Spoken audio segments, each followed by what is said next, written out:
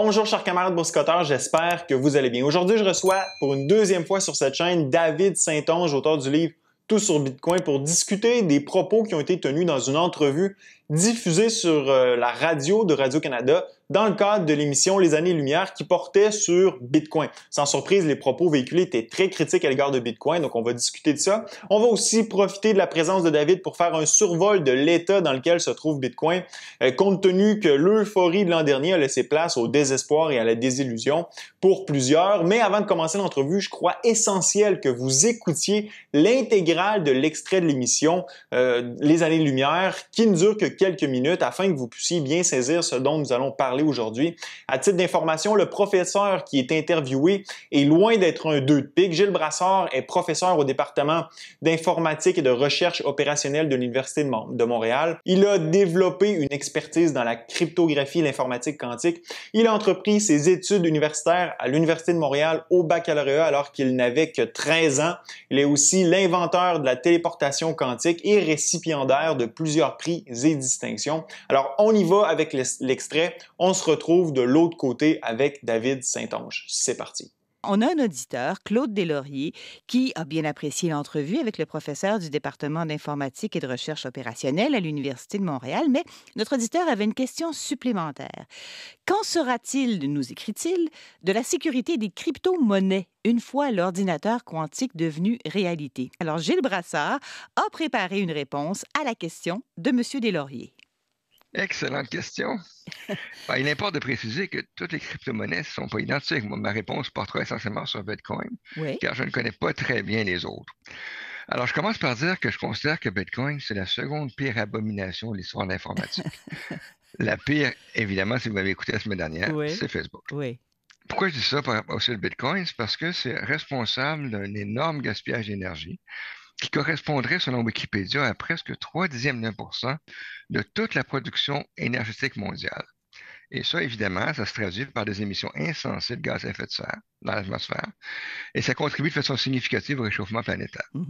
Et la raison pour laquelle je parle de gaspillage, c'est parce que ce qui consomme autant d'énergie, ce sont les calculs que Bitcoin demande pour ce qu'on appelle forer les crypto-monnaies. Ce sont des calculs qui sont strictement inutiles, qui servent uniquement à établir ce qu'eux appellent une preuve de travail. Après tout, il faut travailler pour obtenir de l'argent. Mais non seulement ces calculs sont inutiles, ils ne prouvent absolument rien sur la quantité de travail qu'ils ont nécessité. Disons autrement, la notion de preuve de travail est une immense fraude. En effet, aucune preuve mathématique n'existe selon laquelle les méthodes utilisées pour obtenir des bitcoins aujourd'hui est la plus efficace possible. Il se peut que d'autres méthodes beaucoup plus rapides existent, sont déjà inventées et gardées secrètes peut-être, ou encore à découvrir. Donc, M. Brassard, si je vous comprends bien, c'est que pour avoir un Bitcoin, il faut une somme impressionnante, astronomique de calculs. C'est ça qui est à la base du Bitcoin. C'est exact. Le problème, c'est qu'on ne sait pas démontrer que ces calculs sont nécessaires pour l'obtenir. Et cette considération m'amène à la question de l'auditeur. Oui. Nous ne savons pas s'il existe des méthodes plus efficaces pour obtenir des bitcoins avec un ordinateur classique, mais nous savons depuis plus de 25 ans comment utiliser un ordinateur quantique, même si on ne sait peut-être pas le construire, mais en théorie, comment utiliser un ordinateur quantique pour réaliser les mêmes calculs de façon significativement plus rapide. Donc, l'ordinateur quantique peut faire ce qu'on appelle forer des bitcoins, peut le faire ce qu'on appelle quadratiquement plus rapidement que l'ordinateur classique. Bon, c'est moins spectaculaire que la façon d'utiliser l'ordinateur quantique pour briser la cryptographie actuelle qui prétend protéger l'Internet depuis sa création. C'est seulement quadratique plutôt qu'exponentiel, mais c'est quand même pas négligeable. Donc, la première réponse à la question de l'auditeur, c'est que les soi-disant preuves de travail qui sont à la base de Bitcoin n'en sont pas. Il n'y a aucune preuve de travail là-dedans.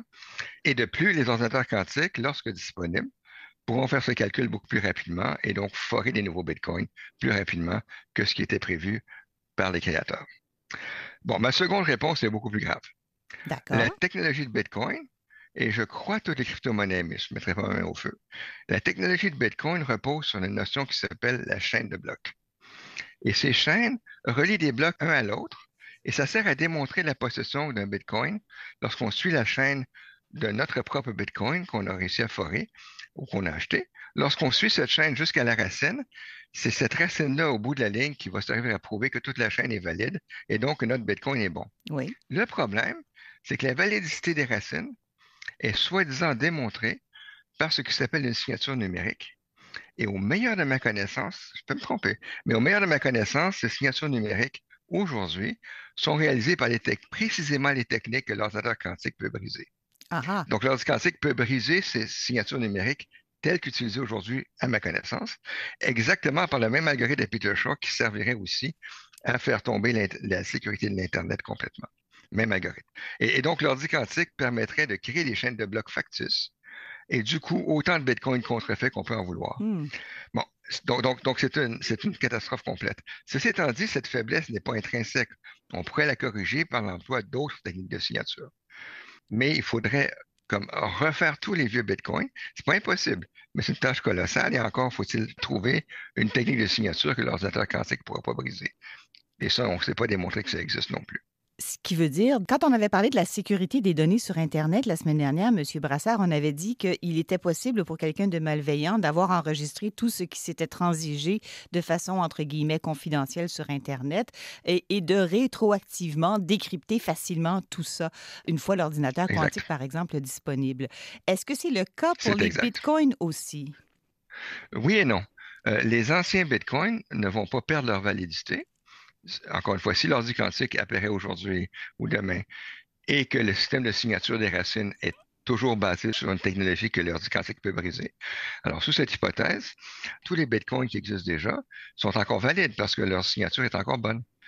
Mais puisque ça permet de créer autant de bitcoins factices qu'on veut, ce serait comme si du jour au lendemain, la Banque du Canada décidait d'imprimer des milliards de dollars et inonder le marché avec ces nouvelles monnaies-là, ça ferait que l'argent déjà disponible perdrait beaucoup de sa valeur.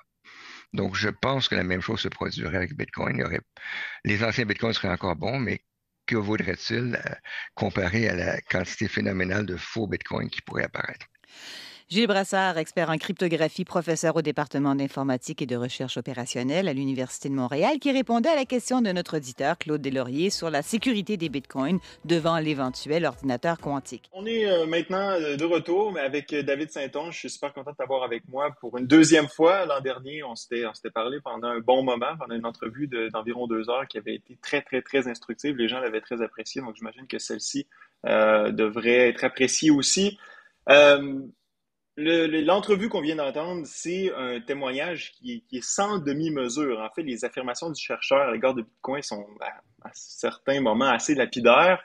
Monsieur Brassard nous annonce à toute fin pratique la mort de Bitcoin dans l'entrevue lorsque l'ordinateur quantique se concrétisera. Puis je vais avec quelques-unes des citations tirées de l'entrevue qu'on va décrypter ensemble après. C'est un mauvais jeu de mots, mais quand même, ça se prête assez bien à cette entrevue. Donc, une de ces citations, en fait, il commence son entrevue comme ça. Il nous dit « Je commence par dire que Bitcoin est la seconde pire abomination de l'histoire informatique. La première, il dit que c'est Facebook. Ensuite, il nous dit que le concept de preuve de travail est une immense fraude. Puis, en parlant des signatures numériques de Bitcoin, il dit que c'est une catastrophe complète. » Donc, quand j'ai entendu cette entrevue, la première chose que je me suis dit, c'est que malgré l'érudition indiscutable de ce chercheur, je suis pas certain qu'il comprend totalement ce qu'est Bitcoin. Donc, ma première question, c'est d'un, est-ce que j'ai raison de penser ça? Puis de deux, quelle a été ta motivation à rencontrer le chercheur parce que tu es allé le rencontrer pour lui poser certaines questions? Oui, tout à fait. J'ai eu la même réaction que toi lorsque j'ai entendu l'entrevue pour la première fois. Je me disais, il y a clairement quelque chose ou un point que le chercheur ne comprend pas. Aussi, je me suis posé des questions moi-même en me disant, est-ce qu'il y a des choses que moi, je ne comprends pas par rapport à Bitcoin, par rapport aux ordinateurs quantiques, parce qu'il y a des choses qui affirmaient que je ne comprenais pas du tout. Donc, moi, je suis membre d'un collectif là, qui est à être annoncé plus tard. Là. On a un peu comme mandat là, de trouver, de faire un peu d'éducation dans les médias par rapport à Bitcoin, aux crypto-monnaies en général et aux chaînes de blocs. Et c'est un des membres de ce collectif-là qui a identifié cette entrevue, qui nous l'a partagée. Puis là, la plupart des membres du collectif qui l'écoutaient s'est dit il y a clairement quelque chose que nous, on ne comprend pas ou ou que lui, il ne comprend pas. Et on l'a tout simplement contacté par courriel et il nous a répondu dans la seconde et on l'a rencontré quelques jours après. Chic type, on a discuté pendant plus d'une heure. Il répondait à toutes nos questions. Moi, je suis l'informatique quantique, la cryptographie quantique, les ordinateurs quantiques, ce n'est pas mon domaine de spécialité du tout, mais j'avais déjà fait des recherches par rapport à l'ordinateur quantique et Bitcoin avant, pour savoir un peu les risques, parce que quand on tombe dans le terrier de Bitcoin, c'est des trucs qui apparaissent assez vite. Ah, ben Bitcoin, c'est mort. Dès qu'il y a un ordinateur quantique, ça n'existe plus. Donc, les Bitcoiners, en général, qui font des recherches éventuellement, viennent sur ce sujet-là. J'avais compris le truc c'est assez simple, en fait. On va en discuter là, dans les prochaines minutes.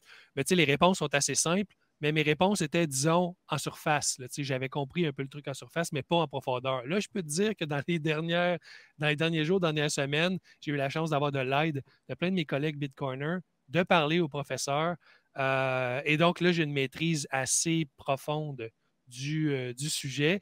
Donc, essentiellement, il y a des choses que le professeur dit dans son truc qui m'ont surpris, qui sont vraies. On va en parler. Il y a des choses qui affirment qui sont fausses, quelques-unes. On va expliquer pourquoi. Et ce que je retiens de ça en introduction, avant de commencer, c'est que il n'y a rien de mieux qu'un spécialiste comme ça pour nous faire creuser le sujet. J'ai eu en plus la chance d'y poser directement des questions. On a eu une compréhension mutuelle. Il a appris des choses en nous parlant, moi et les membres du collectif. Puis moi, j'ai appris beaucoup de choses. Fait que tout ça est très gagnant. Puis maintenant, toi et moi, on va pouvoir partager les choses que j'ai appris et que le professeur a appris durant cette discussion. Voilà. Effectivement, je répondais à ta question, en fait. Oui. Non, c'est super. Donc, il y avait certains éléments sur lesquels il y avait raison, d'autres, peut-être qu'il y avait une incompréhension de son côté. Puis bon, à la fin, tout le monde sort de ça plus intelligent puis plus instruit. Donc, c'est super. Puis là, les gens qui écoutent la vidéo vont aussi sortir plus instruits au bout du podcast, à la fin du podcast. Donc, on va en fait repasser sur chacune de ces citations-là. Puis à la fin, on va peut-être mieux comprendre la position du professeur. Mais la première chose que je veux aborder, qui ne touche pas nécessairement les ordinateurs quantiques ou la technique derrière Bitcoin, c'est l'environnement. Parce qu'en fait, lorsque le professeur nous dit, je commence par dire que la Bitcoin est la seconde pire abomination de l'histoire informatique, sa justification est reliée à l'environnement. C'est-à-dire qu'il nous dit que Bitcoin est responsable d'un énorme gaspillage d'énergie, responsable de la consommation de 0,3% de l'énergie mondiale, puis responsable de la création de gaz à effet de serre qui contribue au réchauffement climatique. Donc, moi, ma réflexion par rapport à ça, c'est de dire, lorsqu'on critique la consommation énergétique de Bitcoin, est-ce qu'on ne vient pas, d'une certaine façon, manifester le fait qu'on comprend pas nécessairement Bitcoin ou le problème auquel Bitcoin aspire à donner une solution, puis dont la consommation d'énergie est comme inévitable. Puis là, je parle un peu de la création d'une monnaie, une monnaie qui est dure, une monnaie, en fait, la création monétaire ne peut pas être gratuite. C'est un peu ça. Est-ce qu'il n'y a pas une incompréhension justement du problème que essaie de résoudre Bitcoin? Peut-être, oui. Moi, je dirais que de un, c'est vrai que Bitcoin consomme énormément d'énergie. Après ça, je pense que le professeur pense que Bitcoin est inutile. Et quand on ne comprend pas l'utilité de quelque chose ou on ne considère pas l'utilité de quelque chose, bien évidemment, quand ça dépense d'énergie, on va penser que c'est du gaspillage. Tandis que quand on pense que Bitcoin est utile, bien, et on comprend pourquoi il dépense d'énergie, bien, nécessairement, on peut penser que cette dépense n'est pas du gaspillage. Il n'y a personne qui doute que Bitcoin dépense énormément d'énergie, mais après ça, il y a une notion d'opinion, à savoir est-ce que c'est de l'énergie gaspillée ou de l'énergie qui n'est pas gaspillée. Moi, je considère que ce n'est pas de l'énergie gaspillée, mais je peux comprendre que quelqu'un qui pense que Bitcoin n'est pas utile pense que c'est du gaspillage. Et je rajouterais que c'est une des affirmations qu'on va gérer plus tard, mais selon le professeur, la preuve de travail est une fraude parce qu'elle ne prouve pas du travail. On va y revenir. En fait, il y a raison, mais tu vas voir, je vais te mettre plein de nuances. Donc, selon lui, la preuve de travail est en plus inutile parce qu'elle ne prouve pas du travail. Là, quotez-moi pas là-dessus. Là. Je vais vous expliquer pourquoi il a raison, mais en même temps, pourquoi c'est pas grave plus tard. Et donc, si lui, il pense que la perte de travail ne prouve même pas du travail, ben, il va encore plus dire, ben là, ça dépense de l'énergie pour rien. Fait que je peux tout à fait comprendre pourquoi le professeur affirme ça, mais moi, je suis absolument pas d'accord parce que moi, je considère que Bitcoin est utile pour des raisons que tu as mentionnées, pour d'autres aussi. Et malgré que la perte de travail ne prouverait pas, hors de tout doute, une somme de travail accomplie, c'est pas grave parce que Bitcoin a d'autres mécanismes pour pallier à cette éventualité, ce qu'on va décrire tout à l'heure. Je ne veux pas avancer Non, mais avant tes questions. allons-y OK. sur la preuve de travail parce que, Oui. En fait, j'y vais avec quelques citations, Oui. encore une fois, de l'entrevue. Donc, les calculs sont inutiles et ne prouvent en rien la quantité de travail qu'ils ont nécessité. Ensuite, le professeur nous dit les preuves de travail qui sont à la base de Bitcoin n'en sont pas.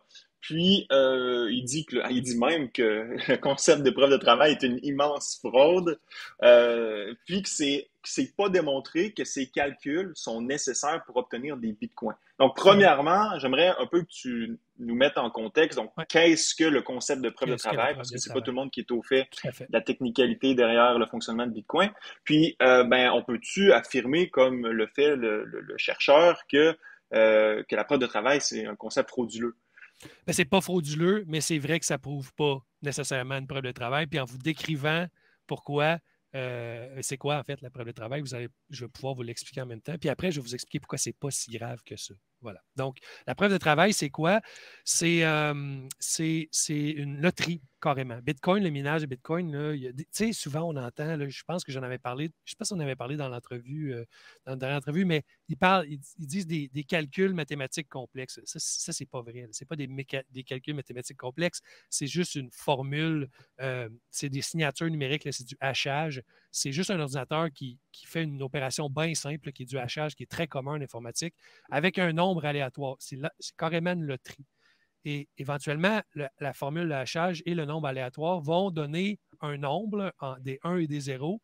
Puis, il faut juste qu'il y ait 18 0 ou 17 0 ou 20 0, un nombre de zéros prédéterminé avant le nombre pour gagner. Fait que, imagine, là, tu joues, tu as un dé avec deux faces, 1 ou 0. Tu lances 18 fois le dé, puis tu tombes 18 fois sur un 0. C'est quoi les chances? Littéralement, ça n'arrivera jamais. Ben, guess what? À toutes les 10 minutes dans Bitcoin, ça arrive. C'est ça le minage. C'est des millions d'ordinateurs, des centaines de milliers à tout le moins, qui font une somme de hachage, des opérations mathématiques immenses. Je l'ai calculé, c'est 150 000 milliards d'opérations qu'il faut à toutes les 10 minutes pour trouver un bloc. Okay? On l'a calculé, moi puis un de mes amis mathématiciens. Pas que c'est compliqué à calculer, mais c'est juste que je voulais valider mes chiffres. 150 000 milliards d'opérations pour trouver un bloc. Donc, c'est beaucoup, beaucoup, beaucoup d'opérations. Tout ça pour trouver un nombre aléatoire qui va faire une signature avec beaucoup de zéros. C'est juste ça, la preuve de travail. Donc, si toi, mettons, tu lances 18 dés, là, OK? Tu lances le dé 18 fois, puis tu tombes sur 18 zéros en ligne, ben ça, pour moi, ça voudrait dire que tu as travaillé 10 minutes avec plein d'ordinateurs dans le monde qui ont dépassé de l'énergie. C'est ça que ça voudrait dire. Mais dans les faits, il y a une mince chance que tu l'aies fait avec des dés, OK? Puis que ça soit un hasard complet, puis tu l'aies trouvé du premier coup. Fait que la première justification pour le professeur de dire que ça ne prouve pas du travail, c'est qu'on peut être chanceux, ça arrive souvent, qu'il y a des blocs qui sont trouvés en 2 secondes. Fait que ça, c'est la première preuve de dire que ce n'est pas une preuve de travail puisqu'on pourrait être chanceux. Mais la chance, ça ne donne pas... juste la chance, ça ne donne pas une valeur à son explication. Il y a d'autres choses de mieux. Mais c'est juste pour vous dire que la preuve de travail dans Bitcoin, c'est là pour prouver que quelqu'un a mis beaucoup d'énergie pour participer à une loterie, OK? Puis gagner l'écriture du bloc, c'est à ça que ça sert. Puis imaginez-vous tous les mineurs dans le monde, donc on parle de centaines de milliers d'ordinateurs, ils en trouvent un 10 minutes, puis il faut qu'ils fassent des 150 000 milliards de milliards. Donc ça, c'est genre 150 avec 18 zéros, je pense, mais milliards de milliards. Non. 9 plus 9 pour les milliards fait 18 plus 2, 20 zéros. En tout cas, tu comprends? C'est que c'est un grand le concept de travail, justement, ne découle pas du fait qu'il faut mobiliser du capital, de l'énergie pour justement arriver à faire ces calculs-là. Donc, c'est pas nécessairement de réaliser le calcul, mais de mobiliser tout ce qu'on a besoin pour le faire qui devient la preuve de travail. La preuve de travail, c'est que statistiquement parlant, on ne pourrait pas être chanceux puis trouver la solution avec un PC dans un coin tout le temps. La preuve de travail, c'est que, comme la semaine passée, il y a eu 85 minutes sans bloc. 85 minutes. C'est supposé être aux 10 minutes. Il y a eu 85 minutes sans bloc.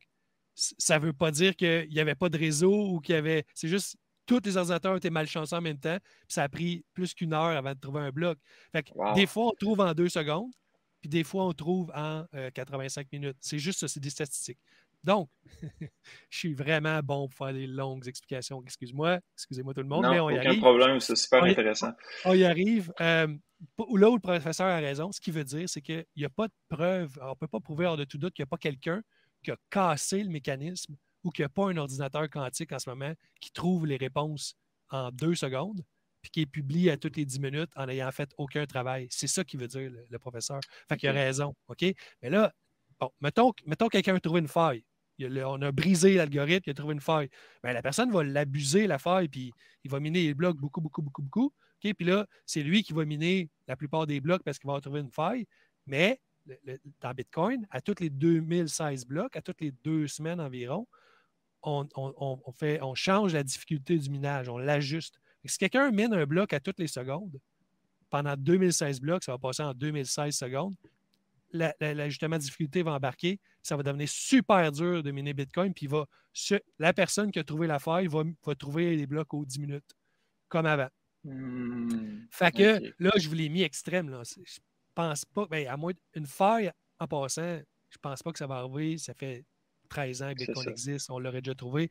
L'ordinateur quantique, ça se pourrait, par exemple, mais selon ce que j'ai compris des explications de tous les experts que j'ai consultés, ça va se faire graduellement. T'sais. Le premier ordinateur quantique, là, on va en reparler tantôt, là, il y a 2 aspects, il y a le cassage des clés puis il y a le minage. Les ordinateurs quantiques, au niveau du minage, ils ne vont pas être plus forts que le réseau instantanément. Puis, ce que le professeur veut dire, c'est qu'on ne le sait pas. Il y a peut-être quelqu'un quelque part qui peut miner du Bitcoin plus rapidement que les autres, puis pas le dire. OK, ça se peut. Sauf que moi, ce que je te dis, c'est qu'on le saurait parce qu'il minerait puis il gagnerait des blocs. Puis là, l'ajustement de difficulté se ferait, puis ça serait comme d'habitude, à part que lui aurait probablement un gros avantage. Ça ne serait pas la joie, là, en passant, parce que la vraie chose qui va se passer, c'est qu'il va y avoir de plus en plus d'ordinateurs quantiques. S'ils se mettent à miner, ils vont compétitionner entre eux autres, puis ça va être correct parce que l'ajustement de difficulté va se faire. C'est ce que je prétends qui va arriver, puis c'est ceux que j'ai consultés qui connaissent le sujet, c'est ce qu'ils disent qui pourrait arriver. Voilà.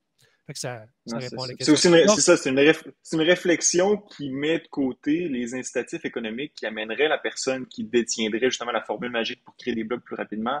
Elle aurait un incitatif à le faire, donc comme tu le dis, ensuite, ça viendrait s'ajuster. C'est ça. Et le professeur n'a pas inclus dans son raisonnement le mécanisme d'ajustement de difficulté. Et ça apparaît aussi dans d'autres affirmations que tu vas sûrement me mentionner plus tard, que j'ai clarifié avec lui lors de notre entretien. C'est ça. C'est clairement parce qu'il n'avait pas intégré ce concept-là dans sa réflexion. Fait que voilà, ça couvre cet aspect-là.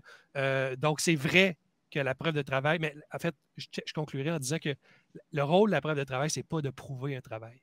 Le rôle de la preuve de travail, c'est de rendre statistiquement difficile le minage de Bitcoin. Puis même s'il y avait une façon plus...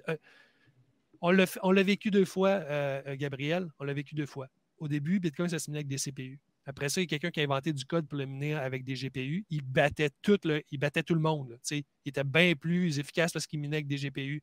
Le réseau s'est ajusté, il a partagé son code, plein de GPU minaient, le réseau s'est ajusté. Après ça, c'est les ASIC.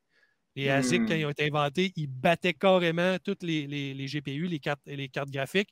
Il y a eu plus en plus d'ASIC. Hey, même les entreprises, Gabriel, qui fabriquaient les ASIC, ils les gardaient avant des ventes, puis ils minaient des bitcoins avant des ventes, parce que c'était plus payant de les utiliser pour miner. Ça, c'est comme une rumeur de l'industrie, là, c'est des choses que j'ai entendues. Je n'ai pas de preuve de ça, mais logiquement, ceux qui ont construit les premiers ASIC, il était mieux de les garder, de miner avec, puis après ça, des vendre, parce qu'il y avait tellement un gros avantage sur les autres mineurs qu'ils gagnaient plein de bitcoins.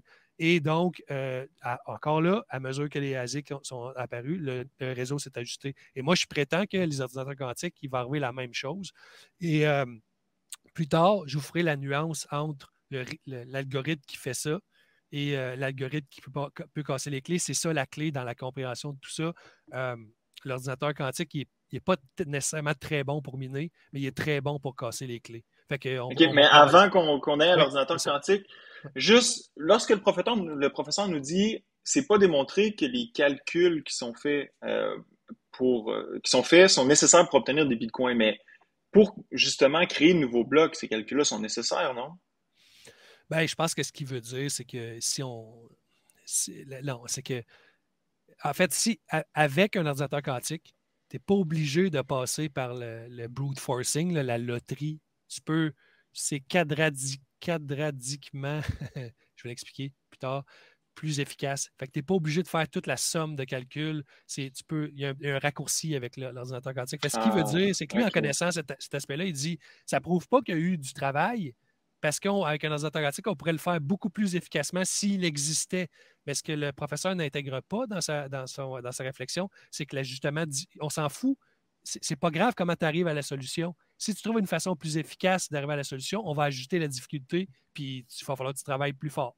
Fait que là, ça devient une preuve de travail. Donc, pendant un certain moment où la difficulté n'est pas assez forte, oui, c'est vrai qu'on peut profiter de l'algorithme, on peut profiter du fait que ça va être trop facile à miner. Mais après 2016 blocs, ce qui est en général 2 semaines, mais si tu mines des blocs aux 5 secondes, mettons, ça ne sera pas 2 semaines, tu me comprendras, ça va vite corriger, puis la difficulté va augmenter, puis là, ça va redevenir difficile de miner. Donc, comment avoir raison d'un côté, mais de ne pas intégrer tous les concepts pour dire comment Bitcoin peut combattre se défend.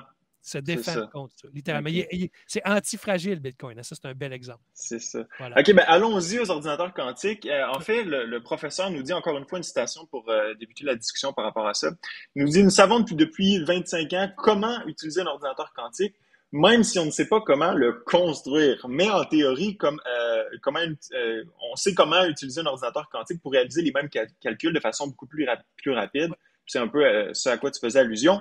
Mais c'est pas un peu futile d'avoir toutes ces discussions-là dans la mesure où c'est comme si on retourne en 1895, puis moi j'arriverais puis je dirais « Ah, mais je connais une façon plus rapide pour traverser l'Atlantique, ça prend un avion, mais l'avion n'existe pas. » Fait que tu sais, je veux dire, il faut quand même que je traverse l'Atlantique en bateau. Là. Ouais. Mais le professeur a raison parce que c'est différent dans le sens que là, c'est un système qu'on va utiliser pour au moins les 100 prochaines années minimum, les 200 prochaines années, les 300 prochaines années. Bitcoin, c'est fait, là, je parle en siècle, là, mais ça va être bon pour toujours. Il n'y a pas de fin. Fait que c'est très bien de se projeter dans 40 ans. C'est pas vrai que ça va les ordinateurs quantiques qui vont casser la cryptographie actuelle. J'ai pas de date, là, je ne connais pas assez ça, mais ça ne sera pas dans 1000 ans. Ça va être dans notre. Je ne sais pas si ça va être dans nos vies à nous, mais ça va être relativement rapidement par rapport à Bitcoin. OK? Donc, il faut absolument soulever la question et se prémunir et expliquer comment donc, si la vision du professeur, c'est que lui, il n'intègre pas l'ajustement de difficulté dans ses raisonnements, fait qu'il pense que Bitcoin va briser et il a la connaissance qu'on n'a pas trouvé encore d'algorithme pour les clés qui nous protègent contre les ordinateurs quantiques. Donc, à sa connaissance, il considère que dès qu'on crée un ordinateur quantique, puis on sait comment... C'est ça qui est fou, c'est que dès qu'on le construit, on sait comment briser Bitcoin. Et en passant, pas juste Bitcoin, là, tout. C'est ça. L'Internet. Mais avant qu'on continue sur l'ordinateur quantique, là, pour un peu expliquer aux gens qui nous écoutent, c'est quoi un ordinateur quantique? Qu'est-ce que ça mange en hiver? Est-ce que ça existe présentement? Est-ce qu'il y a des projets qui sont en train de le développer? Puis en quoi, si ça n'existe pas, en quoi c'est une menace pour Bitcoin? Mais là, comme tu viens de le mentionner, c'est probablement parce que ça va finir par exister. Oui, tout à fait. Mais il y en existe. Donc, c'est quoi un ordinateur quantique? Premier truc.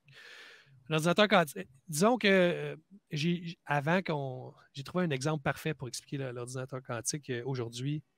Imagine une bibliothèque, OK, avec des milliers de livres, des centaines de milliers de livres avec des centaines de pages chacun. Puis là, il y a quelqu'un qui fait un X à une page de tous ces livres-là, OK? Avec un ordinateur normal, imaginons que c'est l'ordinateur qui résout le problème. Mais il faudrait qu'ils prennent chacun des livres un par un, puis ils tournent toutes les pages jusqu'à temps qu'ils trouvent. Donc, il va y avoir des centaines de milliers de livres à ouvrir et des centaines de millions de pages à regarder. Ça, c'est l'ordinateur standard. Un ordinateur quantique, ce qu'il pourrait faire, c'est qu'il pourrait regarder toutes les pages de tous les livres en même temps, puis trouver la solution d'un coup. C'est ça. c'est ça la force et la puissance d'un ordinateur quantique. Par contre, ce n'est pas un ordinateur généraliste comme nos ordinateurs. Ouais, ça ne peut pas tout faire ce qu'un ordinateur normal fait. Il n'y aura pas de iPhone quantique, là, en tout cas avec ce qu'on en connaît aujourd'hui. Ça fait une chose très, très bien. Puis ce qui est super intéressant, c'est que dans une des entrevues que le professeur a données, c'est que ça adonne par hasard que l'affaire que ça sait faire super bien, c'est casser la cryptographie qu'on a inventée, qui fonctionne depuis des décennies. Et c'est un hasard. Hein. C'est comme, selon le professeur, ce qu'il disait, c'est que par un complet hasard, le truc que les ordinateurs quantiques sont capables de faire, c'est parce que la cryptographie, c'est basé sur les nombres, là, les nombres premiers. Générer un nombre premier, trouver un nombre premier, c'est super compliqué. Il faut le faire un par un. OK? Comme on les teste un par un. Fait que c'est du brute force en résumé. C'est la force brute de puissance pour le trouver. Mais les ordinateurs quantiques, eux, sont capables de faire ça d'un seul coup. Et pour répondre à la question, est-ce que ça existe? Oui, il y a des ordinateurs quantiques. Là, je pense que c'est genre Google, Microsoft, les Chinois. Ils ont des ordinateurs quantiques, puis ils ont un nombre de qubits qu'on appelle. Donc, un ordinateur standard, ça marche avec des 1 et des 0. Donc, c'est séquentiel. Bon, ça fait ton bit qu'on appelle, il est soit 1 ou soit 0. Dans l'ordinateur quantique, bien, il peut avoir plusieurs états en même temps, plusieurs phases.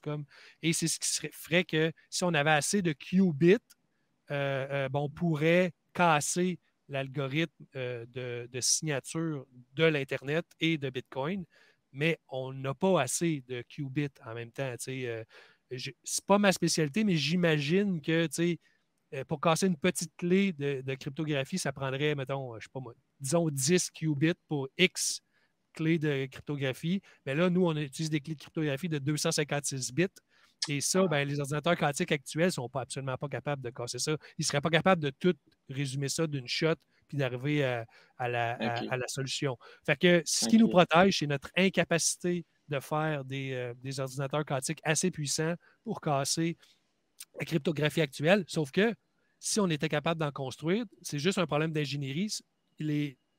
On serait capable tout de suite de casser la cryptographie qu'on utilise en ce moment sur l'Internet et la Bitcoin. Voilà. OK. Donc, est-ce que c'est un problème d'ingénierie au niveau du matériel pour construire cet ordinateur-là ou simplement au niveau, par exemple, de conception du logiciel pour mettre en place cette technique? Je ne pense pas que c'est une conception logicielle. Rendu là, ça me dépasse, mais je pense que c'est vraiment un problème d'ingénierie. Puis, tu sais, un ordinateur quantique, là, c'est des trucs qui sont gardés à des températures super froides. Je ne sais pas si tu as déjà vu une photo. Là, ça ressemble plus à un appareil de laboratoire qu'à un ordinateur. C'est pas c'est un gros truc super réfrigéré. Puis aussi, il y a une question de plus que tu rajoutes des bits, plus des qubits, pardon, plus c'est compliqué de les garder stables, qui puissent travailler ensemble. Fait que, il y a une notion, c'est de plus en plus difficile de faire. C'est pas juste une question de dire on va mettre plus d'argent, on va mettre plus de matériel, puis on va en faire un plus gros. Il y a une question aussi de développement de la technologie. La technologie. Pas encore au point. Se rendre là pour les garder stables avec un niveau plus élevé de qubits pour atteindre. Mais donc, je pense que ce qu'on pourrait conclure, c'est que si on était capable de le construire, je ne pense pas qu'il y aurait de problème logiciel pour casser parce qu'on sait déjà comment faire, tout simplement. C'est plus un problème d'ingénierie. Puis, parlons-en des clés, parce que, en fait, le professeur nous dit que quand l'ordinateur quantique va être là, c'est une catastrophe complète. Les clés Bitcoin vont être cassées. Présentement, comme tu viens de le mentionner, c'est pas possible de le faire parce que la technologie n'est pas encore au point, étant donné que l'algorithme est trop complexe pour la capacité technologique des ordinateurs quantiques. Mais quand ça va arriver, les clés de Bitcoin vont être cassées, puis c'est la fin. Oui, c'est ça. Ça, c'est là que c'est intéressant. Là, on rentre dans la vraie explication. Tout le monde qui nous écoute va pouvoir expliquer pourquoi ça ne sera pas nécessairement la fin du monde au moment où, pour Bitcoin en tout cas, pour le reste, c'est moins sûr, mais pour Bitcoin, ça ne sera pas du tout la fin du monde. Voici pourquoi. Je commencerai par faire une analogie par rapport à l'Internet. Donc, au moment où l'ordinateur quantique casse la cryptographie de l'Internet, c'est mort. Parce que le problème avec l'Internet, c'est que là, les communications qu'on fait par Messenger, s'ils sont encryptés, mettons, on est dit, c'est correct, c'est encrypté, on est correct. Mais mettons, quelqu'un enregistre le trafic de l'Internet. Si on casse les clés, là, tout ce qui est enregistré dans le passé, c'est fini. On va pouvoir décrypter toutes les communications qui ont déjà été émises et encryptées sur l'Internet. Fait que là, c'est sûr, probablement que quelqu'un n'enregistre pas les communications que toi et moi on fait par Messenger, mais il y a sûrement des gens qui enregistrent des pans de l'Internet, des communications importantes, c'est clairement ça. Et une fois que l'ordinateur quantique sera établi, on pourra casser ça. Fait que pour l'Internet, c'est une catastrophe parce qu'on va pouvoir décrypter toutes les choses qui ont été encryptées, qui ont été enregistrées. Pour Bitcoin, c'est pas pareil. Pour Bitcoin, le seul vrai danger, c'est les vieux Bitcoins. Okay? Les Bitcoins de Satoshi, par exemple. Ceux qui connaissent Bitcoin savent que Satoshi a miné les premiers Bitcoins. Il y en aurait pour 1 million. 1 million de Bitcoin, 1 million de dollars, 1 million de Bitcoin. 1 million fois 20 quelques mille. Ça fait une grosse somme. Et ça, la personne qui crée le premier ordinateur quantique qui est capable de passer d'une clé publique à une clé privée, donc de casser la cryptographie de Bitcoin, sera capable de voler ces bitcoins. Il va pouvoir les bouger parce qu'il va être capable de connaître la clé privée. Là, tu vas me dire, c'est grave, est-ce que ça va arriver à tout le monde? Oui et non. La première chose qu'il faut dire, c'est que le moment où ça devient une vraie menace, on va tout simplement pouvoir changer l'algorithme de signature de clé, l'algorithme de génération de clés de Bitcoin. Des algorithmes des algorithmes de cryptographie comme ça, on en a déjà ajouté dans Bitcoin, ce n'est pas un problème. On vient juste, en fait, d'en ajouter un dans la dernière mise à jour. Ce n'est pas un problème. On va pouvoir ajouter un algorithme pour générer des clés qui sont quantum proof, qu'on appelle, qui vont être capables de résister à l'ordinateur quantique. Par contre, comme le professeur le mentionne dans son entrevue, il semblerait qu'on n'en a pas encore. Okay. Le NIST aux États-Unis qui s'occupe de ces affaires-là propose des standards. Ils ont déjà, il y a déjà des algorithmes qui sont proposés. Tout ça, ils vont construire des standards. Mais comme le professeur me faisait remarquer, il y a déjà un de ces standards-là qui a été cassé, pas par un ordinateur quantique, mais un ordinateur normal. Donc, pourquoi je vous mentionne l'anecdote, c'est que c'est bien beau qu'on trouverait un algorithme quantum proof, mais est-ce qu'il est aussi solide que les algorithmes qu'on utilise en ce moment depuis des décennies qui ne sont pas cassés? Oui, les algorithmes de sécurité sont toujours cassés, mais c'est parce avant, on avait du 56 bits, du 128, on est rendu à 256, on va peut-être un jour être à 512. À mesure que les ordinateurs deviennent meilleurs, on rajoute des bits, puis c'est de plus en plus sécuritaire, mais on ne casse pas le système en dessous. Donc là, le danger, c'est de changer pour un algorithme quantum proof, mais d'en prendre un qui a un bug, puis là, on va casser, tu comprends? Ben, c'est un des dangers. Mais donc, disons qu'on en a un qui marche, ben on va le remplacer à Bitcoin. Là, ce que ça fait, par contre, c'est que ça veut juste dire que toutes les nouvelles clés vont être résistantes, pas les anciennes. Donc, tous les vieux Bitcoins qui ont été utilisés dans les vieux systèmes comme ceux de Satoshi, qui avaient une clé publique et une clé privée, ça va être bougé, il n'y a aucun doute. Par contre, ceux qui ont encore leur clé et qui peuvent avoir un accès à ces bitcoins-là, ils vont juste les bouger. Ils vont se créer une nouvelle clé qui est quantum resistant, qui est résistante à l'ordinateur quantique, puis ils vont juste faire une transaction, ils vont bouger leur jeton, puis tout va être correct. Ceux qui n'ont pas accès aux clés, toutes les clés qui ont été perdues, les gens qui vont faire le premier ordinateur quantique qui peut décasser ça vont gagner tous les bitcoins qui ne pourront pas être. Fait qu'en fait, ce que ça m'amène à penser, c'est quelque chose que je n'avais pas réalisé. On pense que les bitcoins, il y a plein de bitcoins qui sont perdus, hein, des vieux bitcoins, les clés ont été détruites, tout ça. Mais guess what? Un jour, il y a quelqu'un qui va créer un ordinateur qui va casser ça, puis ils vont être récupérés au final. Fait que ça, je trouve ça assez intéressant. Mais pour monsieur, madame, tout le monde, un jour X, dans 15 ans, tout le monde va changer ses jetons de clés, puis ils vont être protégés contre les ordinateurs quantiques. Et dernier point par rapport à ça, les transactions qu'on fait aujourd'hui avec des adresses et non des clés publiques sont protégées, entre guillemets. Puis si tu ne réutilises pas tes adresses, ben, l'ordinateur quantique n'est pas capable de déduire la clé privée à partir des adresses Bitcoin. Fait qu'on est un peu protégé. Le seul danger, c'est si tu réutilises ton adresse. Là, je ne vous regarderai pas dans des détails techniques, mais il y a une façon que la clé privée est révélée dans les transactions. C'est un peu trop compliqué pour le point. Mais si quelqu'un utilise bien Bitcoin, il serait protégé parce qu'on ne peut pas déduire la clé privée à partir des adresses Bitcoin. Donc, ça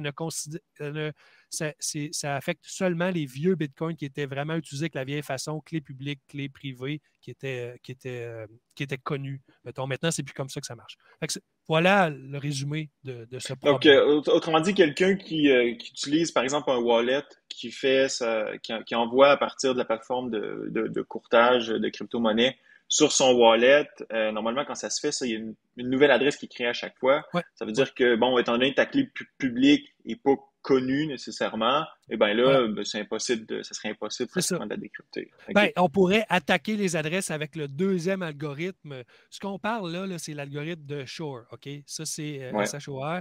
C'est lui qui a prouvé qu'on pouvait casser toute la cryptographie en 1980. Je dis noté ici, c'était en 1994. Je pense que oui, c'est ça. Peter Shor, c'est lui qui a prouvé qu'on pouvait casser la cryptographie classique, là, actuelle. Et donc, c'est avec cet algorithme-là qu'on peut casser les clés. Par contre, il y a un deuxième algorithme qu'on va parler du minage, qui permet juste d'accélérer quand même l'espèce de brute force. Et on pourrait potentiellement déduire les clés privées à partir des adresses, mais ça ne serait absolument pas aussi efficace que l'algorithme de Shor, qui permet littéralement de casser n'importe quelle clé si on est capable de clés publiques à clé privée avec, si on a assez de qubits, si on a un ordinateur quantique assez puissant. Voilà. Donc, il y a quand même un risque au niveau de la valeur du réseau Bitcoin parce en ce moment, je pense qu'il y a des estimations qui font qu'environ un Bitcoin sur 3 est comme perdu, autrement dit. Il y en a à peu près quoi, 10? Il me semble. Mettons, 3 millions peut-être de perdus. 3 millions, bon, disons que c'est 3 millions. Mais quand même, si 3 millions de Bitcoins reviennent sur le marché, on s'entend qu'au niveau du prix, ça peut avoir un impact assez important. Tout à fait. On est d'accord. C'est pour ça, moi, je considère plus que les bitcoins perdus, en fait, les vieux, parce que les nouveaux, si on n'a pas la clé publique, comme je t'expliquais, c'est presque mort. Là, bon. Fait que les vieux bitcoins qui ont été perdus dans le temps, qu'on connaît la clé publique, eux seraient récupérables avec l'ordinateur quantique. Fait qu'évidemment, en fait, pire que ça, il y a un plus grand risque. Si Satoshi existe encore, Satoshi Nakamoto, l'inventeur de Bitcoin, et il y a encore le contrôle sur les clés, mettons qu'il n'a pas brûlé sa clé, s'il bouge, là, ça va avoir un effet sur le prix de Bitcoin parce que les gens vont dire « Oh, il y a 1 million de Bitcoin qui n'est pas tenu compte. » Puis là, il va revenir sur le marché. Il n'y aura même pas besoin de les vendre. Ça va déjà avoir... je n'ai pas besoin de t'expliquer les effets de marché. Hein. C'est un peu ta spécialité. Mais tu sais, ça, c'est plus...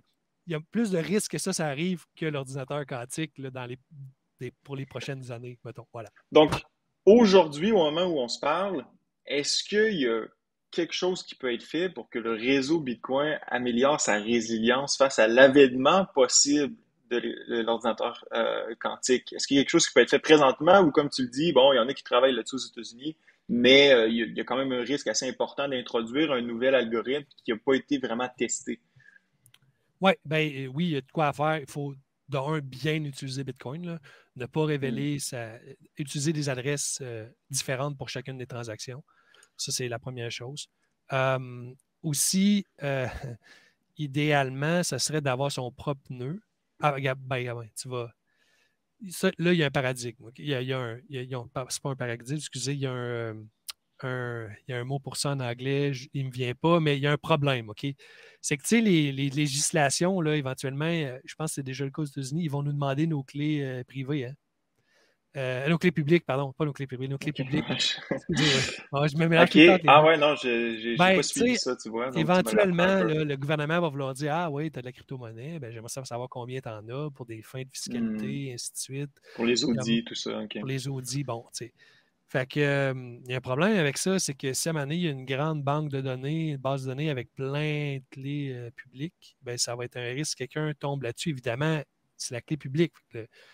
Fait qu'il va juste connaître le solde de cette transaction-là. Déjà, c'est un problème, mais ce n'est pas la fin du monde. Tu ne peux pas les dépenser, mais c'est qu'il va falloir considérer qu'éventuellement, dans le futur, les ordinateurs quantiques pourront briser ces clés publiques-là et ça sera un méchant problème.